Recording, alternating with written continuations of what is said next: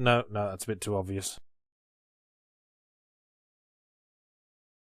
No More Heroes is a Japanese game based around Jedi lightsaber fighting and starring as the main character a hopeless pop culture obsessed social reject who spends most of his time whining, getting strung along by women and being a generally unlikable fuckbend. So at least you can't fault it for understanding its audience, predictable joke. The game is brought to us by Suda51, the 51st result of an illegal Japanese cloning experiment to create the world's most auteur game designer, Sudas 1 through 50 having perished after their minds failed to absorb the necessary level of pretentiousness. His last game was Killer 7, and let's get one thing straight, I fucking loved Killer 7. There we were, living our great predictable lives, playing our great predictable games, when along came Killer 7 in a Technicolor Dreamcoat, leaving slightly perplexed joy in the wake of its huge motorbike, showing exactly what could be done when you flaunt all established convention and just start exploring what can really be done with gaming as an art form. I still don't know how to classify it. Puzzle, action, adventure, rail shooter? Well, whatever it was a preciously unique, amusing cartoon whale in an ocean of second-hand bong water. Now we have No More Heroes, a Grand Theft Auto clone. Shine on, you crazy diamond, said Yahtzee, his voice thick like sarcastic Marmites. Well, that's a bit uncalled for. The experience is still as off the beaten track as I've come to expect. You play Travis Touchdown, the aforementioned specky narcissistic weirdo, characterized just a little bit uncomfortably close to home, who buys a lightsaber and vows to become the greatest assassin in the world. You know how it is, when you buy a barbecue, you throw a lot of parties for a while to fool yourself into thinking it wasn't a waste of money. To achieve his aim, he has to slice his way through 10 colourful boss characters in a trippy, ultra-violent, Yellow Submarine-esque odyssey through social satire, in between riding his bike, playing with his kitten, and buying trendy clothes in an optional side quest to look as much like an absolute bell end as possible. The open world aspect is illusion. The game is essentially linear, not that there's anything wrong with that. There is, however, something wrong with repetition. After you kill a ranked assassin, you go out into the city to grind yourself retarded. To proceed, you have to cough up a sum roughly equivalent to the street value of 3 human lungs, so first you take a low-paying part-time job which unlocks some higher-paying assassination submissions, there being lots of overlap in the industries of litter-picking and professional murder. Next, you're dropped into a room with 50 of the same mouthy big girls' blouses you fight absolutely bloody everywhere, and get handed a big bag of money once they're all raining down upon the landscape in a million overconfident bits. Funnily enough, my favourite part of the between-mission rigmarole is the menial part-time job at the start. Each time there's a different clever little minigame that tries to make the most of the Wii controls. If they were higher-paying, I'd probably have chucked any assassination gigs altogether, which can be summed up as mash A until bored, then mash B for a bit instead. Actually, the sword fighting is pretty fun, as it had fucking better be, considering the amount of it we have to do, but there's one aspect of it that makes me want to slap Suda51 until his eyeballs switch places, and that's the fact that after killing an enemy, Travis has a random chance of screaming out the name of one of his favourite puddings and gaining superpowers for a bit. And when you put random chance into combat mechanics, all strategy has been thrown out of the window, then scraped off the ground and used to pick up the broken glass. And then Sod's Law ensures that the enemy who finally gives you a superpower will inevitably be the last one in the room, leaving Travis running around with glowing Dragon Ball Z hair for 10 seconds, seriously menacing the walls. The actual gameplay of the ranking boss fights usually boils down to wait for them to attack, block or dodge it, then bitch slap them a few times while they scratch their heads like silly chimps. But the awkward thing about No More Heroes, or at least about reviewing it, is that like Killer 7, it's intended to be satirical, and when there are problems with the gameplay, I'm worried that it was intended to be that way as a satire of, I don't know, pretentious video games, and if I were to call it out on that, then I'd lose my credibility with the cool alternative crowd. But then I remember that any game designer who sacrifices fun to make an artistic statement is obviously stuck so far up his own arse that he's in danger of choking on his own head. Enough ragging, because in spite of the last 8 paragraphs of petulant bird-like warbling, I enjoyed No More Heroes a lot. The unpredictable story and quirky aesthetic kept me fascinated enough to keep ploughing through it just to see what happened next. So I'll say the same thing about No More Heroes that I say about Killer 7 and Earthbound and Branston Pickle. As flawed as it is, get it anyway, because you will never experience anything else like it. God knows what would happen if you spread Branston Pickle onto No More Heroes. Possibly the universe would end, and it would be awesome. Lose control.